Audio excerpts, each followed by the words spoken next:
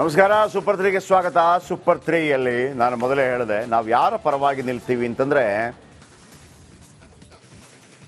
ನನಗೆ ಯಾರು ಹೆಲ್ಪ್ ಮಾಡ್ತಾ ಇಲ್ಲ, ನಾನು ಒಬ್ಬರೇ ಇದ್ದೀವಿ, ಈ ಕುಟುಂಬದ ಸಂಕಷ್ಟವನ್ನು ಯಾರು ಕೇಳ್ತಾ ಇಲ್ಲ, ಇದ್ದವರಿಗೆಲ್ಲ ಭಾಳ ಈಸಿಯಾಗಿ ಆಗ್ಬಿಡುತ್ತೆ.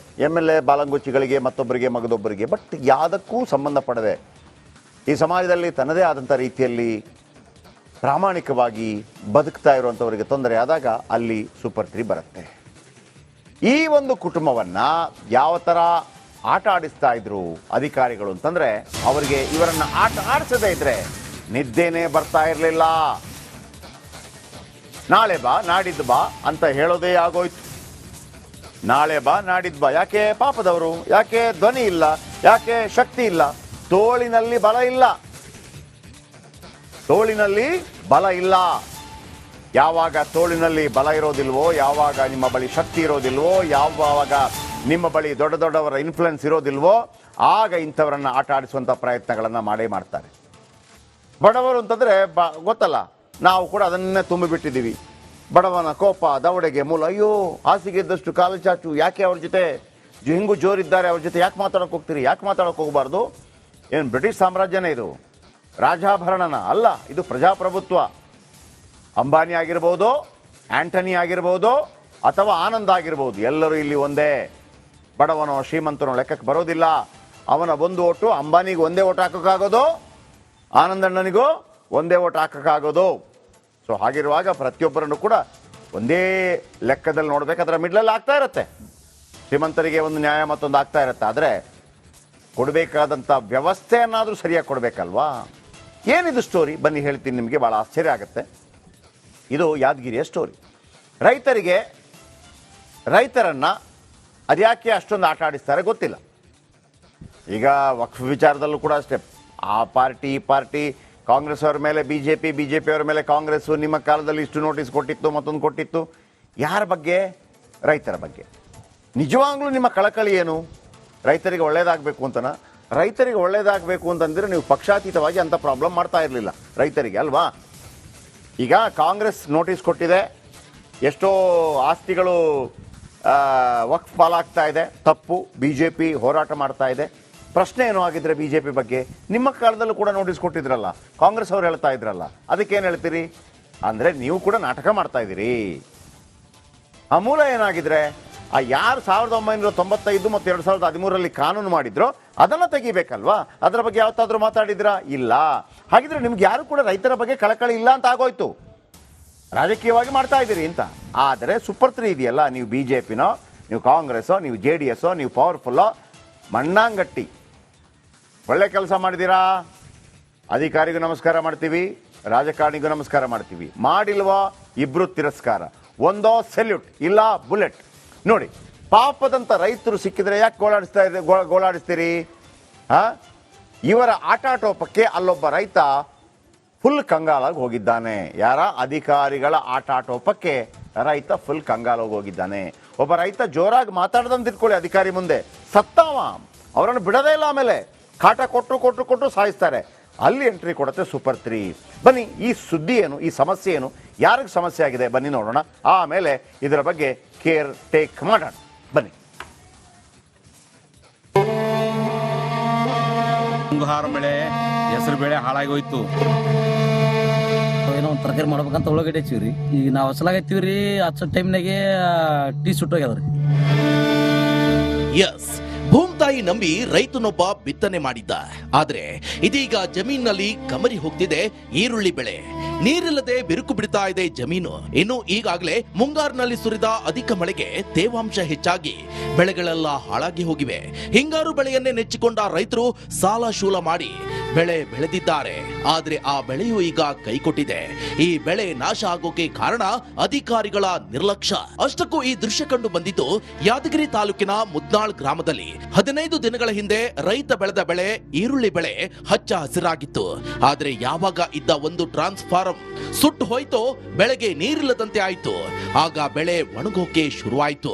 ಸುಟ್ಟು ಈಗ ಇವತ್ತು 12 ದಿವಸ ಐತ್ರಿ. 12 ದಿವಸ ಆಯ್ತು. ಒಂದು ವಾರದಿಂದ ನಾವು ಅಲ್ಲಿ ಕೆಬಿ ತಿರಗೈತಿವ್ರಿ.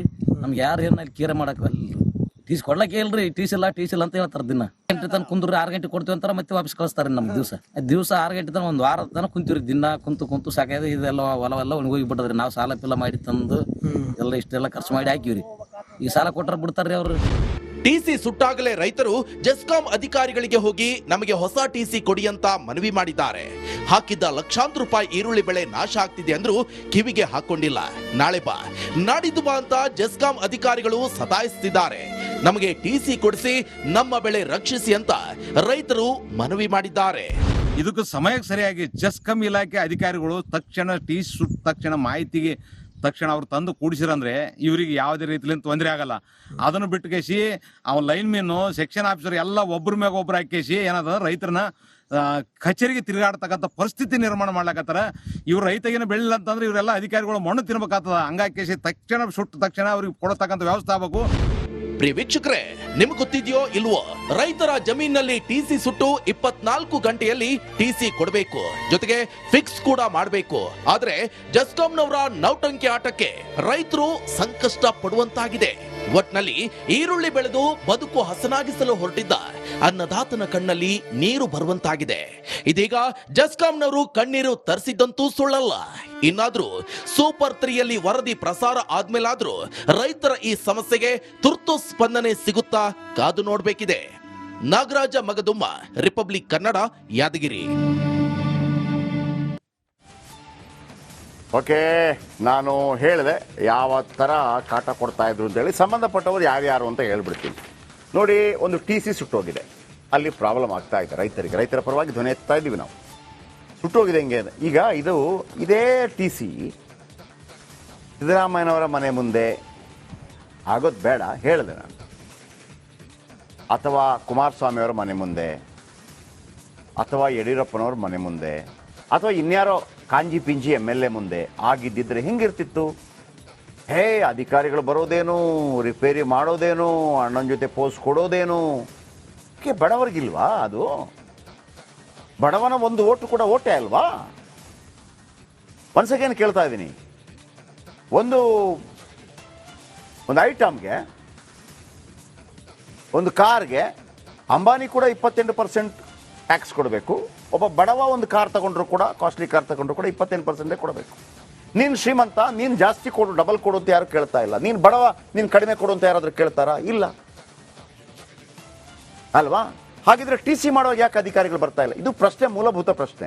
ಆಮೇಲೆ ನಮ್ಮ ಹಣೆವರ ಗೊತ್ತಲ್ಲ, ನಾವೇನು ಮಾಡ್ಕೊಂಡಿದ್ದೀವಿ ಅಂತೇಳಿ. ಒಂದು ಬಿರಿಯಾನಿ 500 ರೂಪಾಯಿ, ಮುಗೀತು, ದೇಶದ ಕತೆ ಮುಗೀತು. ಅವನು ಕೊಟ್ಟರೆ ಅವನು ಲಿಂಗಾಯತನೂ ಆಗ್ತಾನೆ, ಒಕ್ಕಲಿಗನೂ ಆಗ್ತಾನೆ, ಮತ್ತೊಬ್ಬನೂ ಆಗ್ತಾನೆ. ಅದರ ಮಿಡ್ಲಲ್ಲಿ ಜಾತಿ ನೋಡಿಕೊಂಡು ಹಿಂಗೆ ಹಾಳು ಹಾಕ್ಕೊಂಡು ಇರ್ತೀವಿ. ಹಾಗಂತ ಟೀಕೆ ಮಾಡ್ತಾನೆ ಕೂತ್ಕೊಳ್ಳೋಕೆ ನಾವಿಲ್ಲಿ ಕೂತಿಲ್ಲ. ಆ ಕೆಲಸವನ್ನು ಮಾಡಿಸ್ಲಿಕ್ಕೆ ಕೂತಿರುವಂಥದ್ದು. ಸಂಬಂಧಪಟ್ಟವ್ರು ಯಾರು? ರಾಘವೇಂದ್ರ ಜೆಸ್ಕಾಂ ಡಬಲಿ, ಲವೀಶ್ ಒರಾಡಿಯಾ CEO, ಸುಶೀಲಾ B ಅವರು ಜಿಲ್ಲಾಧಿಕಾರಿಗಳು, ಚೆನ್ನಾರೆಡ್ಡಿ ಪಾಟೀಲ್ ತುನ್ನೂರ್ ಶಾಸಕರು. ಇವರೆಲ್ಲರ ಒಂದು ಫೋಟೋ ನಿಮ್ಗೆ ಯಾಕೆ ಆಗ್ತಾ ಇದೆ ಅಂದರೆ, ಯಾರಾದರೂ ಇದನ್ನು ನೋಡಿ ಅಂತ. ಇಲ್ಲಿ ನಾನೇನು ಜಿಲ್ಲಾಧಿಕಾರಿಗಳು ಅಥವಾ CO ಇದಕ್ಕೆ ಬರಬೇಕು ಅಂತ ಏನಿಲ್ಲ. ಸಂಬಂಧಪಟ್ಟ ವಿದ್ಯುತ್ ಇಲಾಖೆ ಅಂತಿದೆ, ಅದಕ್ಕೆ ಜೆಸ್ಕಾಂ ಮೆಸ್ಕಾಂ ಸಾವಿರಾರು ಇದೆ. ಯಾವಾಗ ಕರೆಂಟು ಬಿಲ್ ಕಟ್ಟಿಲ್ಲ ಅಂತ ಓಡೋಡು ಬಂದು ಕಟ್ ಮಾಡ್ತಿರೋ ಅವ್ರು ಬರಬೇಕಿತ್ತು. ಏನು ವಿದ್ಯುತ್ ಟಿಸಿ ಸುಟ್ಟು ತಿಂಗಳಾದರೂ ಕೂಡ ಜೆಸ್ಕಾಂ ನಿರ್ಲಕ್ಷ್ಯ ತೋರ್ತಾ ಇತ್ತು ರೈತರಿಗೆ. ಅದೆಷ್ಟು ಮನವಿ ಮಾಡಿದ್ರು ಕೂಡ ಹೊಸ ಟಿಸಿ ಅಳವಡಿಸಿರಲಿಲ್ಲ ಜೆಸ್ಕಾಂ. 15 ದಿನಗಳಿಂದ ನೀರಿಲ್ಲದೆ ಒಣಗಿ ಹೋಗಿತ್ತು ಈರುಳ್ಳಿ ಬೆಳೆ ಒಣಗೋಗಿತ್ತು. ಆಯ್ತಾ?